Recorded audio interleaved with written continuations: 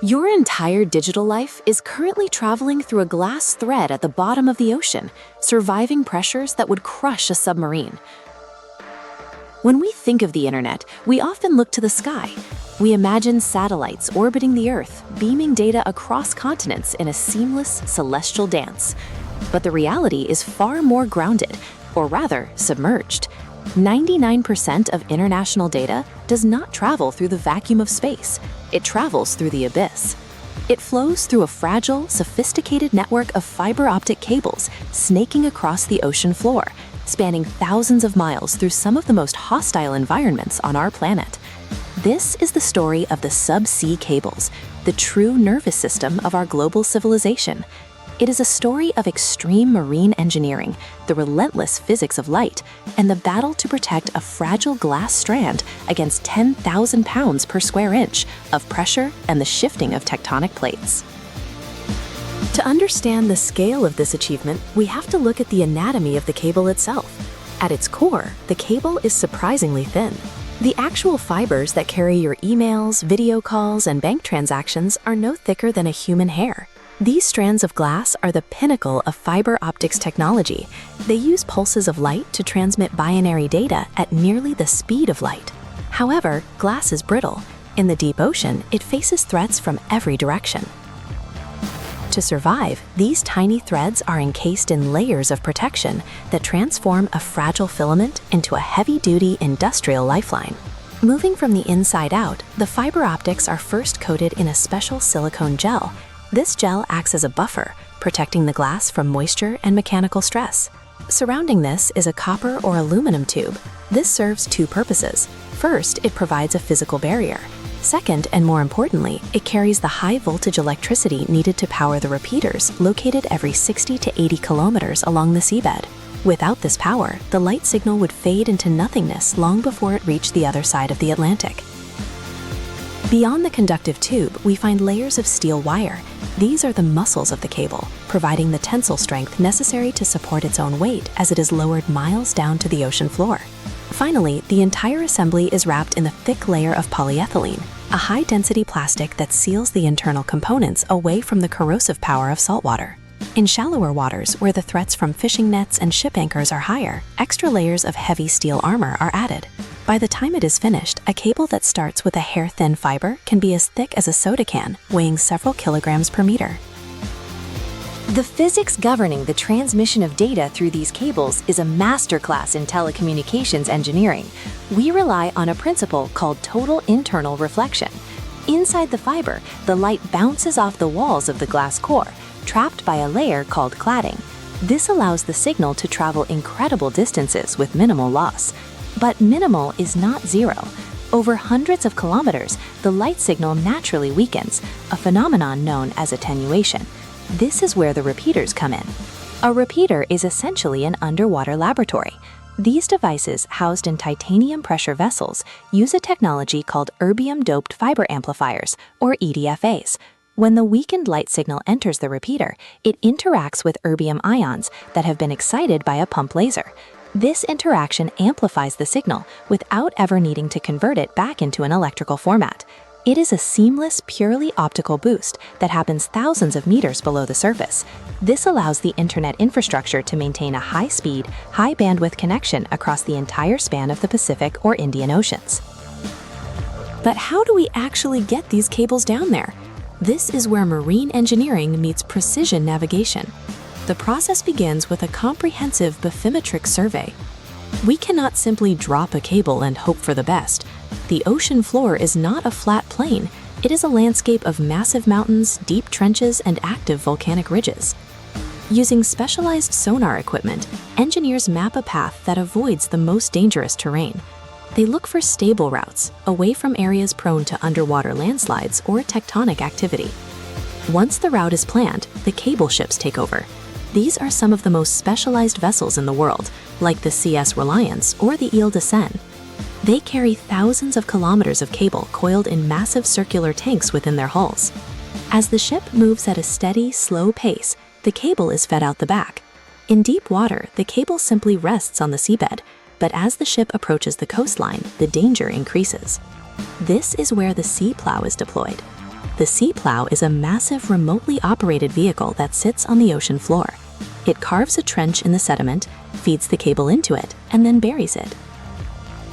This burial protects the telecommunications link from its greatest enemies, human activity. Contrary to popular belief, the primary threat to our global data veins isn't shark bites or giant squids. While sharks have been filmed nibbling on cables in the past, modern designs have largely mitigated this. The real culprits are commercial fishing trawlers and ship anchors. A single dragging anchor can snag a cable and snap it like a piece of twine, instantly cutting off digital access for entire regions. When a break does occur, the repair process is an engineering feat in itself. Engineers use a technique called optical time domain reflectometry. By sending a pulse of light down the fiber and measuring the time it takes for the reflection to return from the break, they can pinpoint the location of the damage within a few meters, even if it is thousands of kilometers away. A repair ship is then dispatched to the coordinates. Once on site, the ship uses a grapnel or a remotely operated vehicle, an ROV, to find and hook the broken ends of the cable. These ends are brought to the surface and hauled onto the deck of the ship. In a cleanroom environment on board, technicians perform the delicate task of splicing. They must fuse the microscopic glass fibers back together with absolute precision. A single speck of dust or a microscopic misalignment can ruin the connection. Once the splice is tested and verified, the cable is sealed back into its protective housing and lowered back to the depths. This infrastructure is not just a matter of convenience, it is a matter of national and global security. In our modern era, the flow of data is as vital as the flow of oil or electricity. This has led to a complex web of geopolitics beneath the waves. Subsea cables are strategic assets. The locations of landing stations, the buildings where the ocean cables connect to the terrestrial fiber networks, are highly guarded.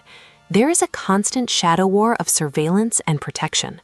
Countries are increasingly aware that whoever controls the cables or has the capacity to repair or disrupt them holds significant leverage in the global arena. We are also seeing the shift in who builds these networks. In the past, subsea cables were primarily the domain of telecom consortiums, groups of traditional phone companies sharing the massive costs. Today, the tech giants, Google, Meta, Microsoft, and Amazon, are the primary drivers.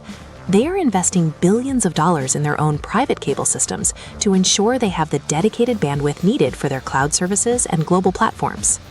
For example, Google's Do Not cable connecting the US to France, utilizing space division multiplexing to achieve record-breaking speeds.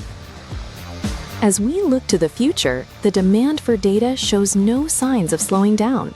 We are pushing the limits of physics to squeeze more capacity out of every strand of glass.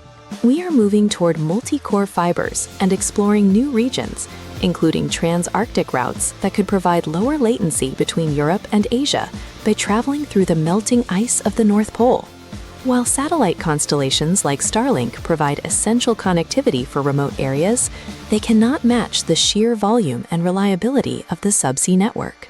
The ocean floor remains the only place capable of handling the massive terabit per second requirements of our interconnected world.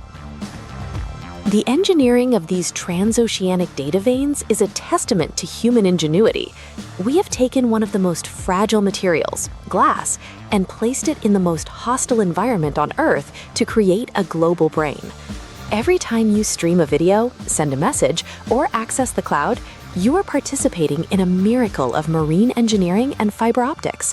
You are reaching through the crushing pressures of the abyss, moving through a network that is as fast as the oceans themselves.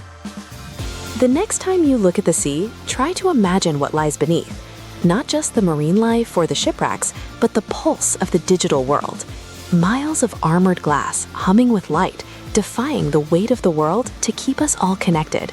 It is a silent, invisible triumph.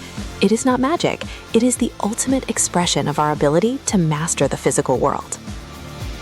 As the depth of the ocean floor increases, the engineering challenges scale exponentially. In the deepest parts of the Atlantic or the Pacific, the weight of the water column above the cable creates a pressure environment that is almost impossible to simulate on land. At these depths, the polyethylene insulation must remain perfectly intact. If even a microscopic amount of hydrogen gas penetrates the cable, it can cause hydrogen darkening in the glass fibers. This phenomenon increases the opacity of the glass, effectively dimming the light and killing the signal. To prevent this, engineers incorporate specialized hydrogen scavenging materials within the cable structure. This constant battle against the elements is what makes subsea cable maintenance a never-ending job. There are currently over 500 active cable systems around the world, totaling over 1.4 million kilometers. That is enough cable to circle the Earth 35 times. Each kilometer represents a potential point of failure. The sheer logistics of monitoring and maintaining this web require a global fleet of specialized ships and a workforce of engineers who are part oceanographer, part physicist, and part deep-sea explorer. The evolution of the subsea cable is also a story of historical persistence. It began in the 1850s with the first transatlantic telegraph cable. That early attempt was a masterpiece of Victorian ambition, but it was plagued by failure. The signals were agonizingly slow, and the cables often snapped during deployment. It took years of trial and error, and the development of new materials like gutta percha, a natural latex, to make the first reliable connections possible. Today, we have replaced gutta percha with advanced polymers and replaced copper telegraph wires with light-conducting glass, but the fundamental challenge remains the same: how to bridge the vast, watery gaps of our planet. We are also seeing new innovations in the sensors attached to these cables.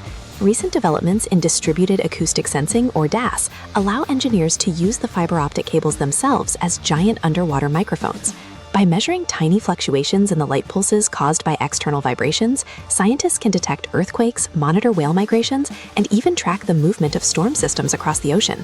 The internet infrastructure is becoming more than just a data pipe. It is becoming a scientific instrument of unprecedented scale. As we enter the era of 6G and the further expansion of the Internet of Things, the pressure on this infrastructure will only grow. The engineering will have to become even more precise, the materials even more resilient. We are currently exploring the use of hollow core fibers, where light travels through air inside the glass instead of through the glass itself. This could potentially reduce latency even further, as light travels faster in air than in solid glass. It is a cutting-edge frontier that could redefine the speed of global communication. The pulse of the abyss is the heartbeat of our modern age. It is the silent workhorse of the information economy, hidden from view but essential to every aspect of our lives. From the bathymetric mapping of the seafloor to the microscopic splicing of fiber optic strands, every step in the process is a victory of science over nature. We have turned the bottom of the ocean into a highway for human thought, ensuring that no matter how deep the water or how great the distance, we are never truly alone. Understanding this infrastructure reminds us of the fragility and the strength of our connected world. It forces us to appreciate the invisible systems that sustain our reality. The engineering behind transoceanic data veins is a reminder that our greatest achievements often lie where we least expect them, buried in the dark, cold silence of the deep sea. It is a testament to the fact that we can engineer our way through any barrier, bridging continents with nothing more than light and glass.